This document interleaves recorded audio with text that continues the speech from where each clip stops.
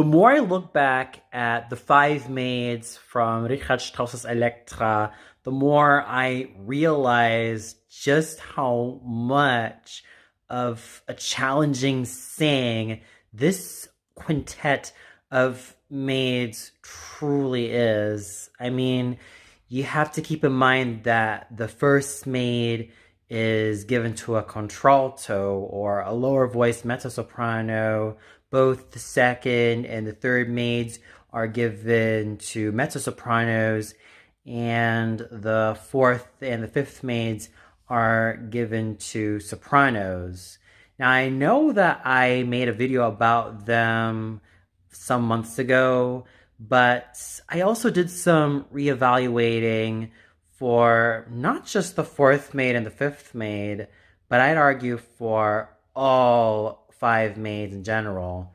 Now, as I stated before, the first maid is for a contralto who could also sing some top notes, and I would like my first maid to also have that richness of voice, especially with those chest tones. And when I think of singers or anybody who's done the first maid, they'd usually go on to sing the likes of Rosweise Grimgerde from Die Walküre, or even the page boy from Salome.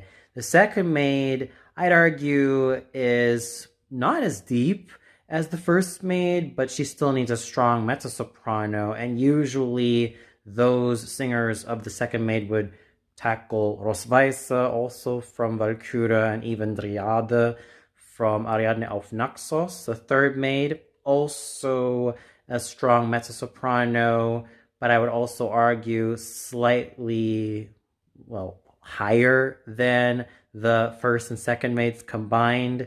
And this is the type of voice that would usually do, let's say, the slave from Salome if it's given to a female voice, or even to some extent Sigruna from the Walküre.